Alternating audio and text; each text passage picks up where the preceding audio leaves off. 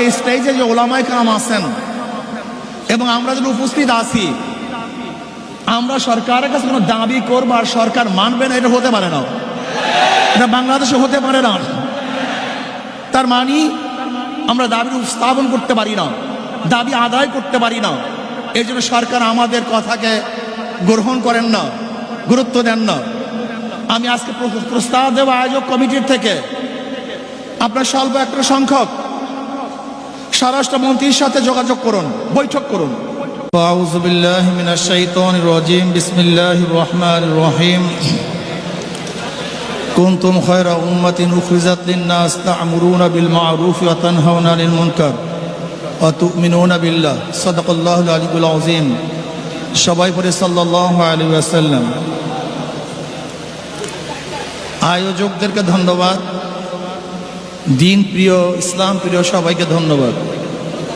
শুকরিয়া জ্ঞাপন করছি যে অন্যার মোকাবেলার জন্য আমরা সোচ্চার এখনো আছি।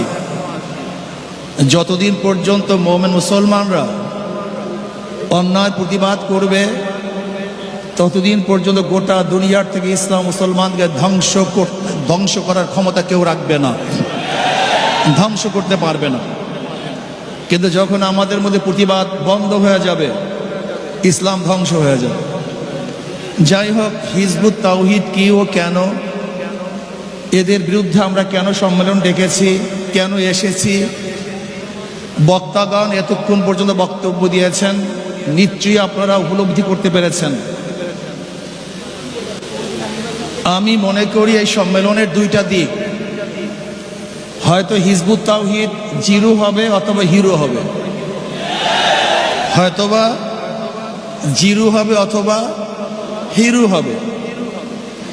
যদি সম্মেলন থেকে কোনো রেজাল্ট আমরা অর্জন করতে না পারি,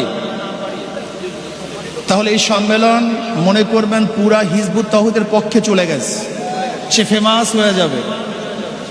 আন্তর্জাতিক ইসলামের দুশ্মনেরা তাকে লুপে নিবে, তাকে ইসলামের বিরুদ্ধে কাজে লাগাবে, ইসলামের বিরুদ্ধে যত প্রকার ষড়যন্ত্র আছে তার মাধ্যমে করাবে। যদি এই সম্মেলন তার বিরুদ্ধে কোনো অ্যাকশনে যেতে না পারি, তাহলে গোটা সম্মেলনটা হিজবুত তাওহীদের পক্ষে, এইটা আগে মাথার মধ্যে নিতে হবে।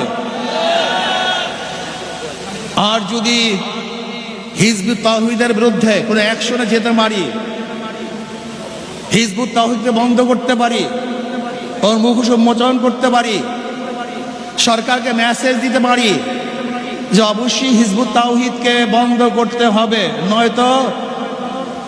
নয়তো এই জনগণকে কোনো অবস্থাতেই থামিয়ে রাখা যাবে না, তাহলে হিজবুত তাওহীদ জিরো হবে। আমি মনে করি আমাদের ওলামায়ে কেরামরা বাতিলের বিরুদ্ধে বারবার আন্দোলন করেছে, কিন্তু সাকসেসের ধারাটা আমাদের ফান্ডে খুবই কম। কাদিয়ানীদের বিরুদ্ধে দীর্ঘদিন পর্যন্ত আন্দোলন করেছি, কিন্তু নিষিদ্ধ করতে পারিনি। বাতিলদের বিরুদ্ধে বিভিন্ন সময় আন্দোলন করেছি, কিন্তু এখনো বন্ধ করতে পারিনি। কবর পূজারী, মাজার পূজারীর বিরুদ্ধে হাজার আন্দোলন করেছি, কিন্তু এখনো বন্ধ। এর কারণটা কি একদিন চিন্তা করেছেন? এখানে যেই লোক আছি, এই লোকেরা আজকে স্টেজে যে ওলামায়ে কেরাম আছেন এবং আমরা যারা উপস্থিত আছি, আমরা সরকারের কাছে কোনো দাবি করবো আর সরকার মানবে না, এটা হতে পারে না। এটা বাংলাদেশে হতে পারে না। তার মানে আমরা দাবি উপস্থাপন করতে পারি না, দাবি আদায় করতে পারি না। এই জন্য সরকার আমাদের কথাকে গ্রহণ করেন না, গুরুত্ব দেন না। আমি আজকে প্রস্তাব দেব আয়োজক কমিটির থেকে, আপনার স্বল্প একটা সংখ্যক স্বরাষ্ট্রমন্ত্রীর সাথে যোগাযোগ করুন, বৈঠক করুন, স্বরাষ্ট্রমন্ত্রীর সাথে বৈঠক করুন, এমনকি মাননীয় প্রধানমন্ত্রীর সাথে বৈঠক করুন। হিজবুত তাওহীদকে আমরা কেন বন্ধ করতে চাই, এটা তাদেরকে বলেন, বুঝান।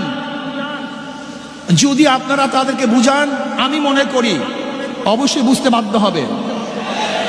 যদি তারা সোজা আঙ্গুলে না বুঝে, তারা বাঁকা করে আঙ্গুল তাদেরকে বুঝাবো ইনশাআল্লাহ। আমরা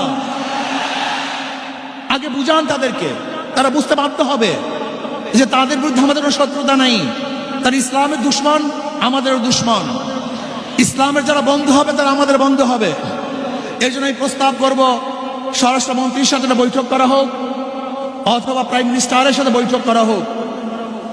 এরপরেও যদি সরকার এই ওলামায়ে কেরামের তৌহিদি জনতার কথাকে গুরুত্ব না দেয়, তাহলে সরকারকে কিভাবে গুরুত্ব দিতে হয় সেই ব্যবস্থা আমরা গ্রহণ করবো ইনশাআল্লাহ।